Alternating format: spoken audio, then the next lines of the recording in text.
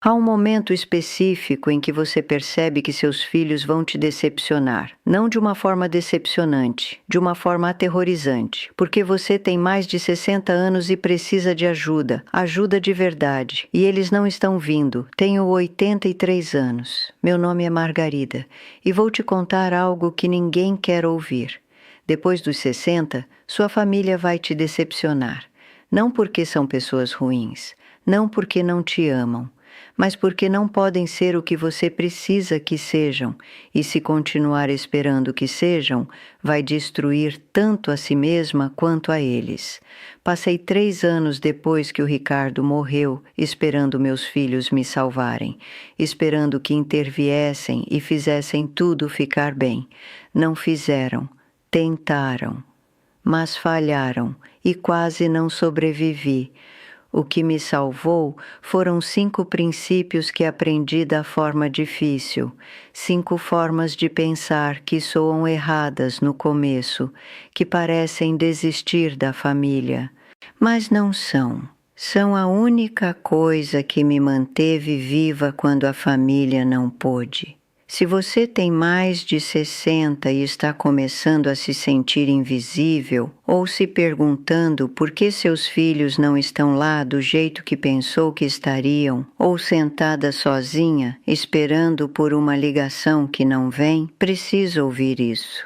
Porque esses 5 princípios vão salvar sua vida. Salvaram a minha. Os primeiros meses depois que o Ricardo morreu, meus filhos se mobilizaram, ligavam todo dia, visitavam várias vezes por semana, garantiam que tinha comida, companhia, tudo o que precisava. Pensei que duraria, pensei que esse era o novo normal. Pensei, tudo bem, o Ricardo se foi, mas meus filhos vão cuidar de mim agora. Criei 5 deles, com certeza é suficiente. Não foi. Lentamente as ligações ficaram menos frequentes. Uma vez por dia virou dia sim, dia não. Dia sim, dia não virou 2 vezes por semana. As visitas se espaçaram. Semanalmente virou quinzenalmente. Quinzenalmente virou mensalmente. Não porque pararam de se importar, mas porque a vida continuou se movendo. Os empregos deles exigiam coisas, os filhos deles precisavam de coisas, os casamentos deles requeriam coisas, e eu estava apenas lá, sentada na minha casa, esperando alguém notar que estava me afogando. Ninguém notou, ou notaram e não sabiam o que fazer. 6 meses depois que o Ricardo morreu, passei 4 dias sem falar com outro ser humano. 4 dias, numa casa que costumava ser cheia de barulho e gente e vida. Peguei o telefone para ligar para meu filho mais velho, coloquei de volta, peguei de novo.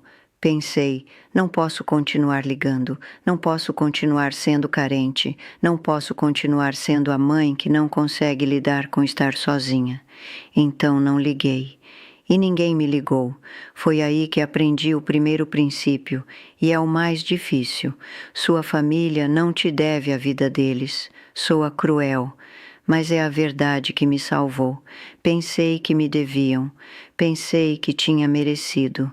Passei 25 anos criando eles, alimentando eles, vestindo eles, me sacrificando por eles. Desisti da promoção que exigia viagens porque eles precisavam de mim em casa.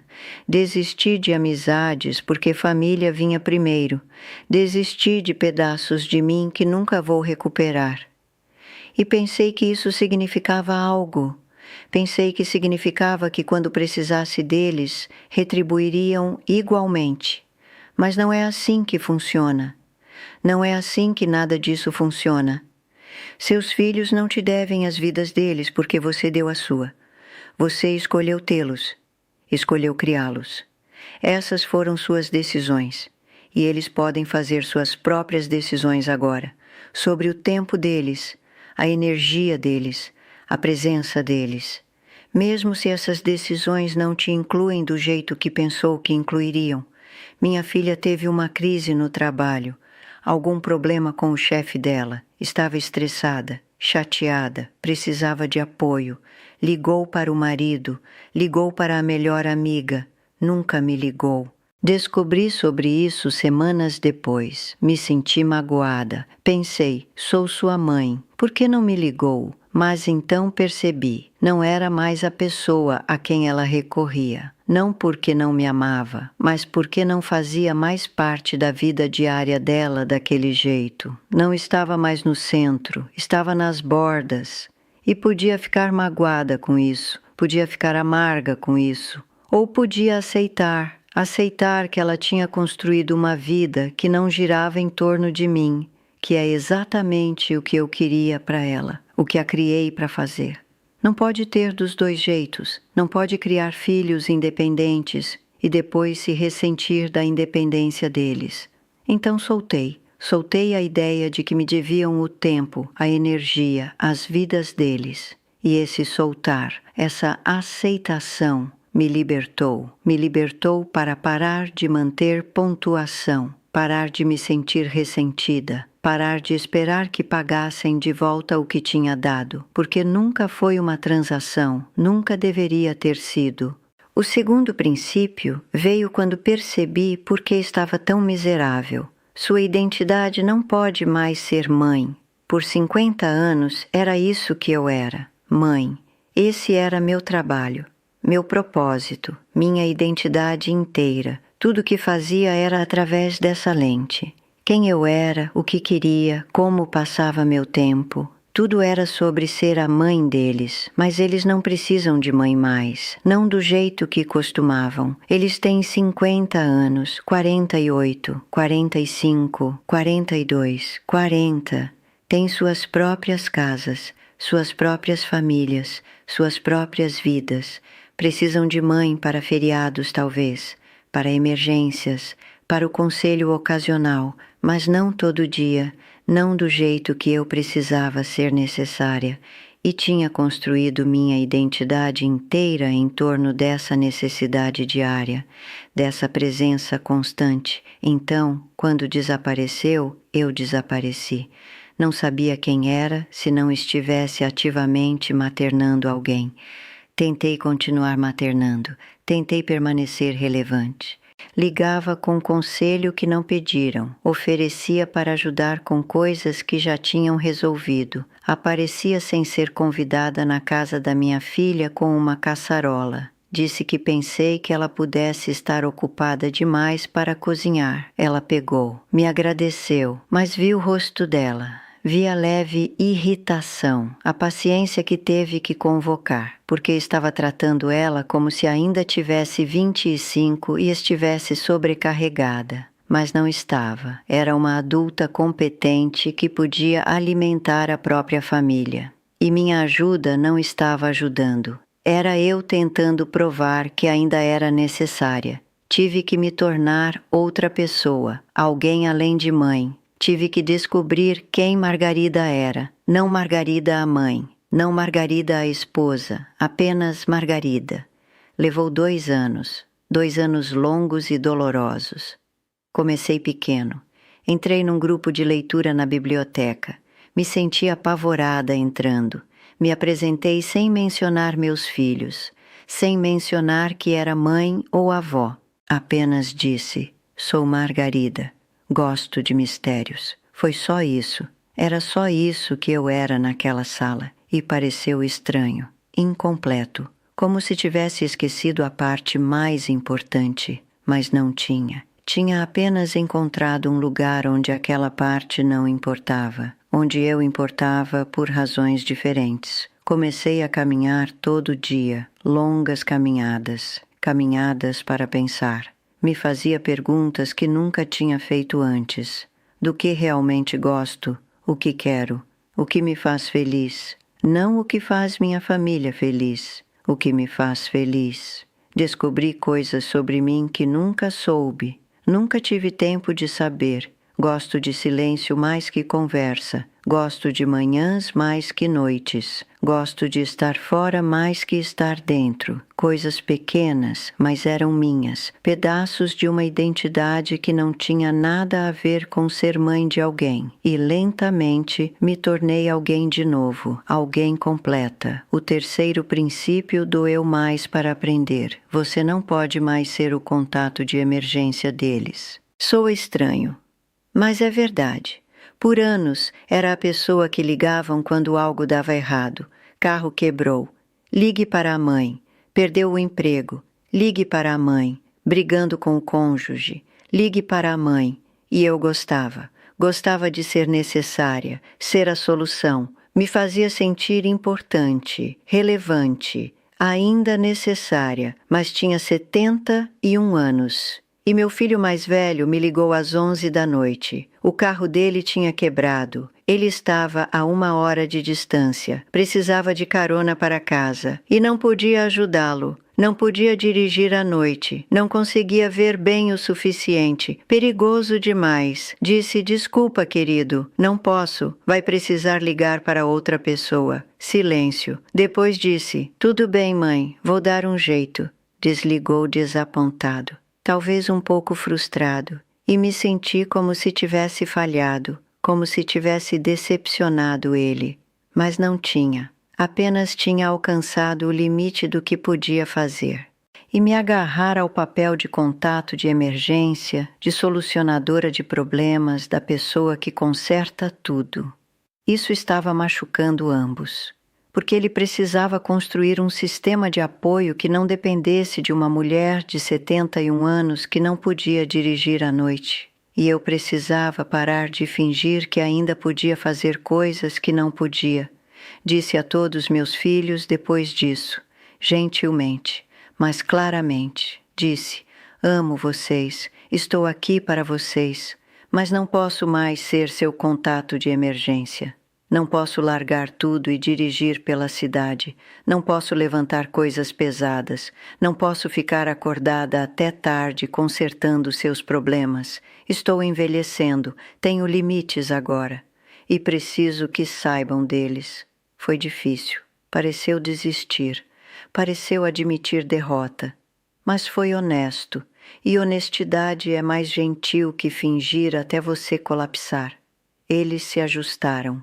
Encontraram outras pessoas para ligar, construíram redes que não dependiam de mim.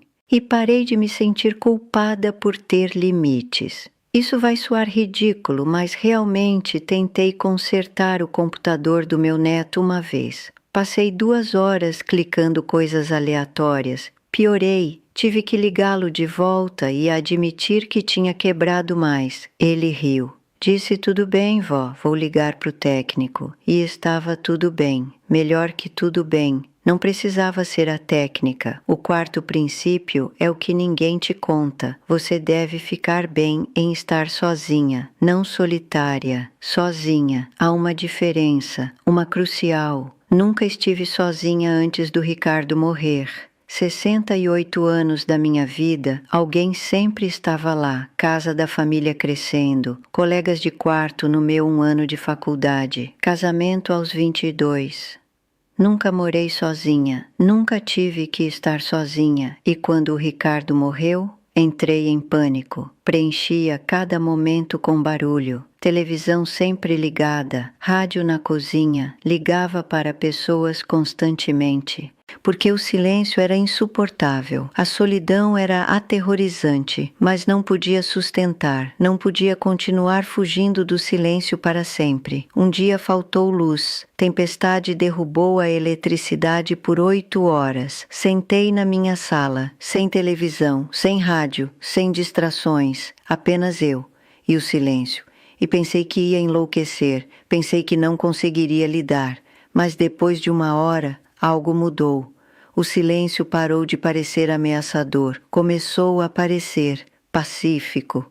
Notei coisas que nunca tinha notado. O som da chuva, a casa se acomodando, minha própria respiração. E percebi. Estava bem, sozinha, em silêncio. E estava bem. Comecei a praticar. Desliguei a televisão. Sentei em silêncio. Aprendi a estar comigo mesma. a gostar da minha própria companhia. Aprendi que estar sozinha não significava estar abandonada, não significava não ser amada, apenas significava estar por mim mesma, e isso era suficiente. A maioria das pessoas nunca aprende isso. Passa a vida inteira fugindo da solidão, e então chegam aos 70 e estão sozinhas, gostem ou não. As que aprenderam a ficar bem com isso sobrevivem, até prosperam. As que não aprenderam, murcham, ficam amargas, desesperadas. Tive que aprender, tive que ficar bem com noites de sábado sozinha, com feriados quietos, com semanas onde ninguém visitava. Tive que encontrar paz na minha própria presença, e uma vez que fiz, tudo mais ficou mais fácil.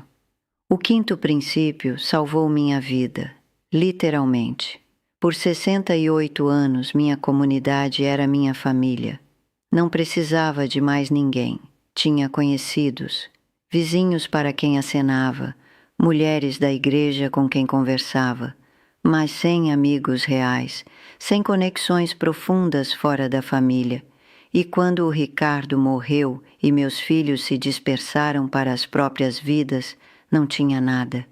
Ninguém para ligar, ninguém para ver, ninguém que notaria se desaparecesse. Comecei devagar. Me forcei a dizer sim para coisas. O grupo de leitura me convidou para almoçar. Quis dizer não, dizer que estava ocupada, mas me forcei a ir. Sentei com 4 mulheres que mal conhecia. Conversamos sobre livros, sobre vida. Me convidaram de novo. Fui de novo. Comecei a fazer parte de algo. Conheci Sara, minha vizinha. Realmente conversei com ela em vez de apenas acenar. Ela estava sobrecarregada, trabalhando tempo integral, criando uma filha sozinha. Ofereci para levar Emma para a casa da escola, apenas uma coisa pequena. Ela disse sim e virou rotina. 3 dias por semana levaria Emma para casa. Sentaríamos na minha varanda. Ela falaria, eu ouviria. Sara começou a passar, trazendo café, falando sobre o dia dela, não porque tinha pena de mim, porque gostava de mim, porque tínhamos construído algo mútuo, algo real. Entrei num grupo de caminhada no centro para idosos. Pensei que seria terrível, velhos arrastando os pés reclamando, mas não foi. Eram 8 mulheres de várias idades, caminhando, conversando, vivendo. Caminhávamos toda terça e quinta de manhã, chuva ou sol, e elas se tornaram meu povo, as que ligavam quando não aparecia, as que notavam, que se importavam, que apareciam.